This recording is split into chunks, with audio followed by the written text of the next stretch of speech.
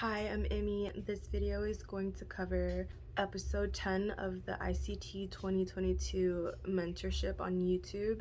So if any of you are following along for the mentorship and you're on episode 10, I hope this helps you in some way. So let's get right into the video. We're gonna start with 4 minutes and how he explains how the daily range is determined. I outlined this high here and this low, and that was the range we were within. And the 50 level was equilibrium. So again, above equilibrium is what? The premium market. And below 50% is a discount market. He explains how the Fibonacci tool in the right context is the key to determining the daily range. For example, if we are bearish, we want to see lower lows being created and we want to see strong bearish confluence, which is outlined in this yellow here. Short-term lows being taken and a 1, 2, 3 move down is confirming the bearishness that we have. To determine the range, using the Fibonacci tool to put that on a retracement is how we can determine if price is sitting at a discount or at a premium. In purple, price is sitting at a discount and it has broken short-term low and we have an imbalance. When we have conditions like this, we are anticipating for the imbalance to be traded into. So that is the model that he teaches. What do we said here in short? The market's been going lower. Yes, we took out some sell stops below this low with the sell side liquidity being taken out here. Then a natural retracement, which is reasonable. Then we start to decline. Then we come back up one more time. Failure swing doesn't go above that high. And then it breaks down and it creates an imbalance when it takes out this short-term low. Wow. That's kind of like the model I'm teaching you. Yes. The framework that he's teaching from 709 to 750. So we want to see a rally up, a short-term low broken, and then an imbalance that is created. So before these 3 candles have been formed, we have an imbalance that we are anticipating for price to fill and then anticipating a continuation of the trend. Now, what's the framework here? We rallied, broke below a short-term low with the model suggesting that these lows may be taken out. So any rally or up-close candle or candles should be viewed as a potential shorting candidate. Now, ring in the imbalance. We traded up into the imbalance one more day. We swept above it, not by much. Then, the next day, we open, we rally just a little bit, and then plunge.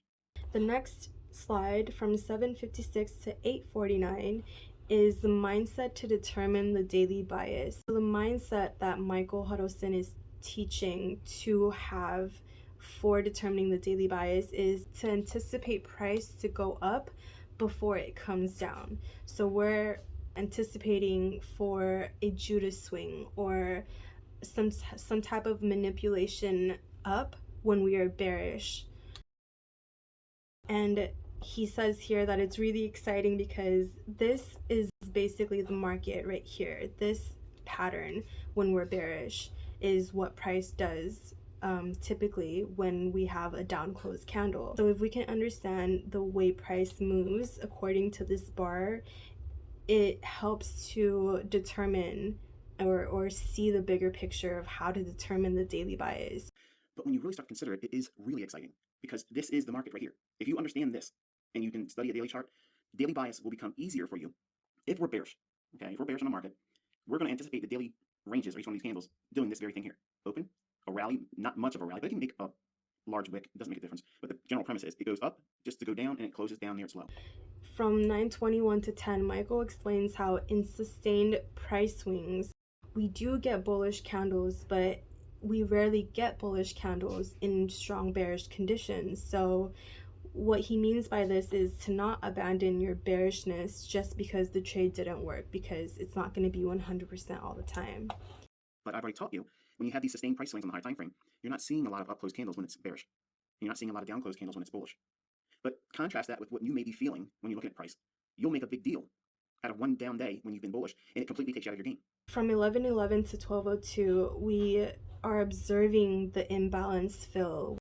Basically, price fits almost perfectly into these fair value gaps. At 1202, he explains how when we're bearish, we're looking for these lows to be taken out. We're looking for the low end of the Fibonacci range to be completely traded into, which means that we are anticipating for price to come down to the lows after balancing out the fair value gap.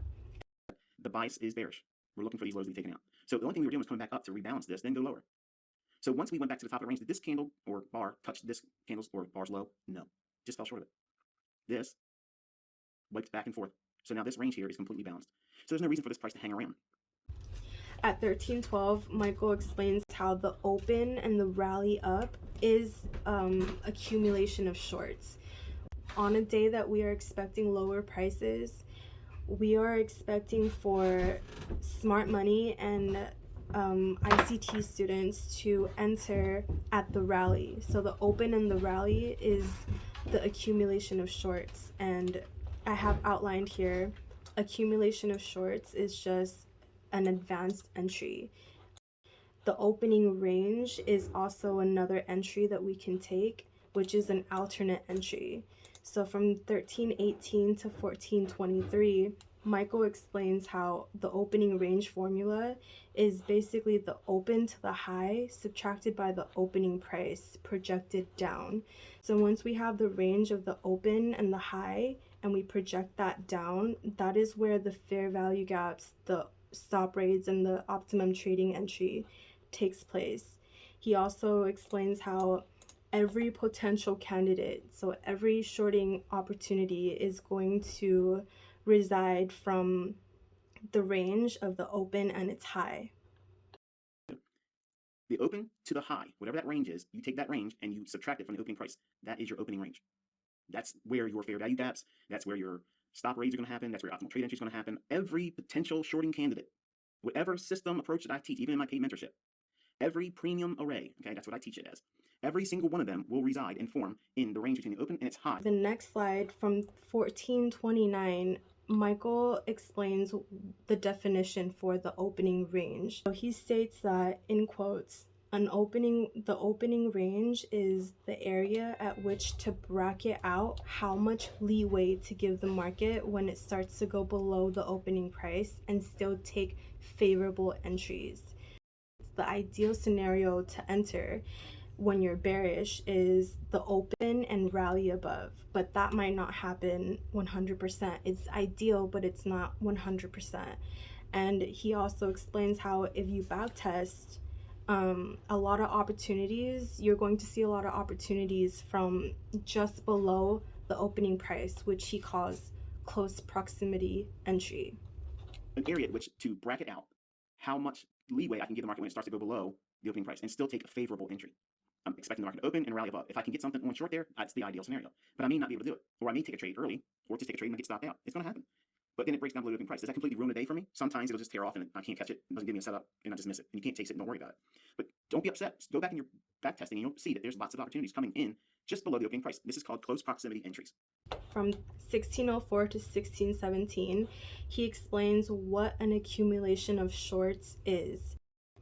Basically, when you're bearish, whatever the high is from the opening, you project that down, and that's where your sell setups are forming, and that is called accumulation of shorts.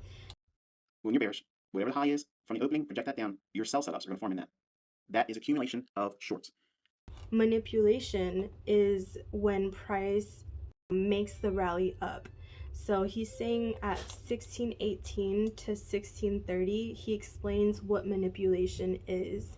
And what the manipulation is the rally up, is the initial rally up. Typically, the breakout artist thinking price will go higher, but really it just goes up to come down. It's a fake run. The manipulation is the initial rally up. That's the sucker play. That's typically the breakout artist thinking, oh, it's going to go higher. No, it only goes up just to go down. That's a fake run. From 1630 to 1647, he's explaining the distribution cycle, which is when price goes lower, creates a low of the day, and then closes near the low of the day. So between the low of the day and where it closes, that is the distribution cycle. Then it goes lower, creates the low of the day, and then closes near the low of the day. So between where the low of the day is and where it closes, that's the distribution. The next slide from 1646 to 1734, Michael Huddleston explained the complete smart money cycle, which is selling. If we're bearish, we're selling at the opening, or just above the opening or just below the opening, and then we're riding out the daily range to the low of the day. So to determine the low of the day, we determine it by time, and it's not 100% of the time, but usually the low of the day is determined around 3:30 to 4 p.m., which is when the market closes. So they're selling at the open and above or just below it, riding out the daily range. When it creates the low of the day, how do you know when the low of the day is formed? Well, I've taught you time references. So if price has been really taking a beating going lower, and you're getting towards the end of the day, like 3:30, 3:45, something like that, it's probably really close to the low. The next slide, from 1735 to 1809, Michael is explaining the key to bias. So what is the key to bias? The main thing that we have to understand or ask ourselves is, does this candle have the highest probability of forming open, rally up, and then sell off to close by near the low? Or is it more likely to open, trade down, and then rally up to close near the high? And that is the key to bias. It's just determining if when it opens, is price going to expand higher or lower than the opening price? That's it. We don't need to determine the close. If we're bearish, we're anticipating a rally up before trading down. If we're bullish, we're anticipating for price to trade down before it comes up. The main thing is understanding, what does this candle have the highest probability in terms of forming? An open, rally, sell off, and close down on its low? Or is it likely to create an opening, trade lower first, then rally and close near the highs? My last slide at 1818 is outlining the most likely bias. The highest probability bias is to find a swing low. So once we are able to find a swing low or a swing high, it says here, once you have a swing low or a swing high and you have the proper context and you know what you're looking for, you're gonna go and start hunting your fair value gap, stop rates, and things like that. So what he's saying is a 3 candle swing low is a low and then higher lows on each side of it. That is a swing low. When we're bearish and we have a swing low formed with 3 candles and a fair value gap, we are anticipating for a rally into the fair value gap. So we're anticipating to buy when we have a swing low in bearish conditions. You only need 3 candles. Once you get a swing low or swing high and you have the proper context and you know what you're looking for, that's it. You go in and you start hunting it. Now watch what happens. We have swing low form. The very next candle, we have an opening. It trades way down and it comes back up and closes right near the high. So the next day, we're likely to go what? Into this area here. Isn't that a fair value gap? Sure it is. So that is all I have for the first 20 minutes of the ICT 2022 mentorship. I hope that helped you guys in any way. Please comment below if it does, and I'll see you in the next video. Bye.